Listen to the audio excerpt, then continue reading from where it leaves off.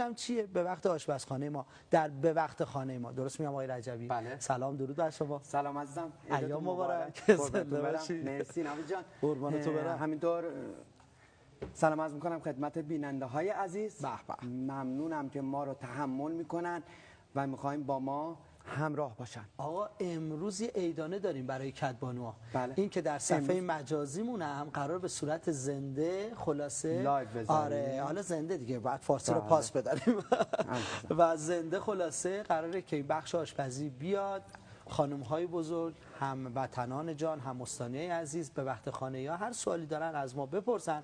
دوستان به من میگن و من از شما میپرسم. حالا من یه توصیه هم دارم. حالا دوستان اگه نظری چیزی دارن یا درخواستی از ما دارن تو بخش آشپزی، شیرینی پزی، کافی شاپ، نانهای حجیم و دمنوش‌ها، من در خدمتشون هستم و انجام وظیفه میکنم. استاد رجبی عزیز، شما از هر انگشتتون کلا هنر میباره. قربونتون برم. شما کنتراته عزیزم. با ما همراه باشید، میخوایم بریم به دل بخش آشپزخانه.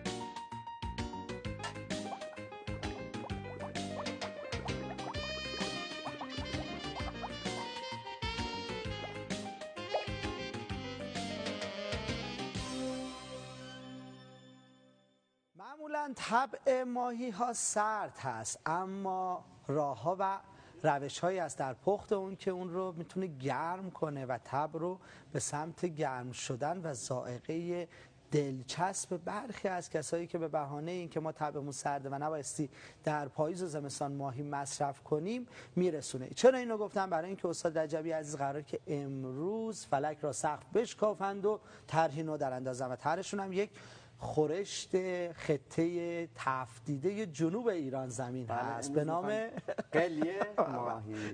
به سمت خوزستان میریم. خوزستانی های خونگرم و برای خوزستانی هم یه سلام ویژه. البته این قلیه ماهی استاد از خوزستان شروع میشه تا چابهار به سبک‌های مختلف اضافه و کم داره. دقیقاً. و تنوع خلاصه اقلیمی هم درش تاثیر داره. دقیقاً. یه غذای سنتی ما هم هست.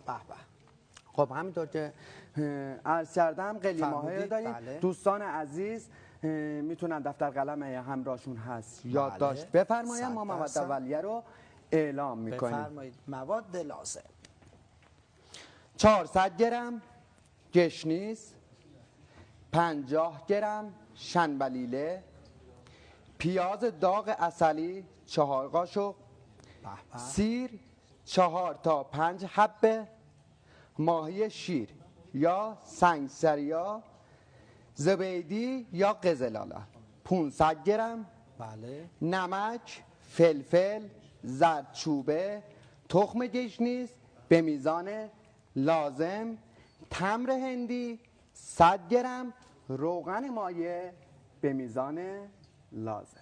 به. خب دوستان عزیزم، خب قبلش باید ماهی رو خیلی داغ شد. آره. من یه ذره درجه اینو بیارم پایین‌تر. بله. الان ما قراره اولین کار در قدم اول جناب ماهیمون رو سرخ کنیم. ماهیمون رو یه روز قبلش اگه این کار انجام بدیم، بله.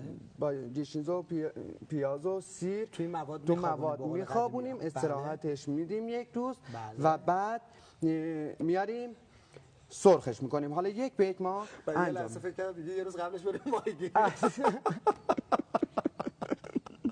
ماهیگیری که آقا خوبه، باید بریم. الا که الان هم فصل نصر کارگردان ما خیلی اهل طبیعت گردی هستن مثل من، تا اهل صید ماهی هم از رودخانه ها و خلاصه خیلی خوبه آدم ماهیگیری رو یاد بگیره، نه ماهی خوردن. ما حالا تویم بخش میخوایم ماهی سرخ کنیم. ماهی سرخ کنیم.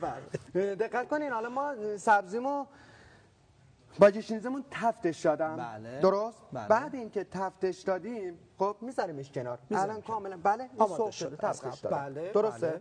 بعد میام سراغ ماهیمون. ماهیامون رو سرخ میکنیم. به به. چه صدایی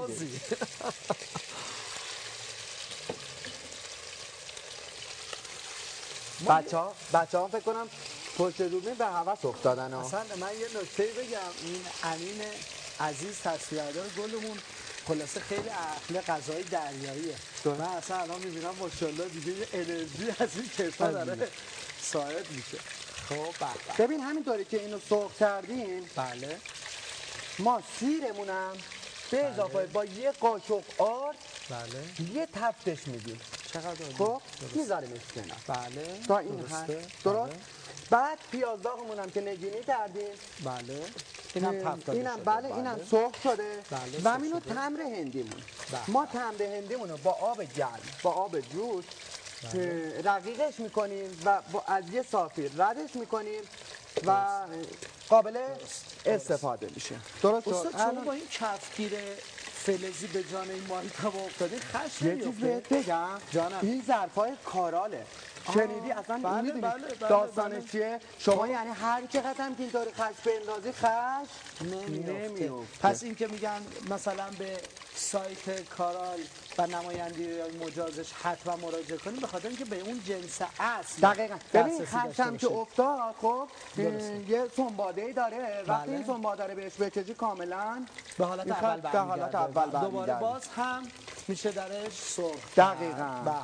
پس این که حالا خب عزیزانی که دوست دارن به نمایندگی کارال در خیابان هاتف پاساژ بازرگان فروشگاه مهاجر مراجعه کنن دیگه 100% امروز و امشب رو برنامه‌ریزی کنن به همراه کدبانو برن خلاصه آقایون خرید کنن دیگه. دقیقاً. آره میشه به عنوان عیدی ماه ربیع الاول هم به خانم‌ها هدیه. بله درسته عزیزم. خب حالا ما ماهیامون رو وزن می‌گیریم. سرخ شد کاملا سرخ شده. درسته؟ حالا ما ماهیتابه‌مون قابلمه‌مون رو می‌ذاریم. بله. قابلمه‌مون هم چی بود اسمش؟ اونم کارال. حتی دستمال دم دست منم کاراله. کارال. خب حالا اینم روشن. بله. سبزیمون رو که تفت داده شده. بله. داخل قابلمه می‌ریزیم. این غذا خیلی خوشمزه است. دقیقاً همینطوره. غذای سنتی ما ایرانی‌ها هست. و مال خطه جنوب ایران از خلیج فارس تنگه هرمز تا درگاه عمان و اقیانوس هند. پیاز داغ بهش اضافه می‌کنیم. ادویه‌جاتمون هم بهش اضافه می‌کنیم. که الان می‌ریزیم چه زردچوبه است و نمک و فلفل بود و بله سیر و سیرم ده حبه ریزنگینم کردین. خلاصه این سیر رو چه کردین؟ سیر عجب این عنصریه برای پیشگیری از سرماخوردگی و بالا بردن مقاومت و سیستم ایمنی بدن. خب تمر هندیمون هم بهش اضافه می‌کنیم. میدونی این غذا خصوصیات خوبش چیه؟ بفرمایید. شما خوزستانی ها میدونین که تون میپسندن. بله. الان این دانه های گشنیز هست. بله. پندنده بسیار قابلی هم هست. نافذه. بله اینم من بذارم در دست شما. مرسی. بله. بعد نیم لیتر ما بهش آب تزریق می‌کنیم. آب اضافه می‌کنیم. بله. و اجازه میدیم بله که نیم ساعت این به روند خودش ادامه بده. بعد اینکه جا افتاد میذاریم جا بیفته. خب من میگم تو گوشی 1 دقیقه و نیم می‌خوای چیکار کنی آقا؟ حالا می‌پزه تا ما بریم بخشای بعدی. حالا بیننده‌ها خیلی مالی جان از من درخواست داشتن. یکی اینکه خب ما مواد اولیه رو در بخش آخرم یه بار دیگه توضیح خواهیم داد اعلام می‌کنیم. خب خیلی مثلا آخر برنامه میرسن فرصت نمی‌کنن اینو بنویسن.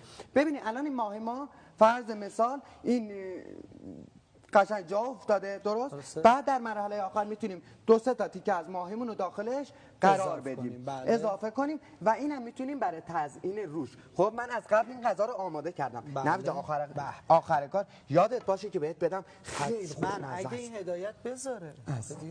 آقای هدایت ماشاءالله آقا قابل دیدن هست. کدوم دوربین؟ این دوربین آقای وزوانی. بله.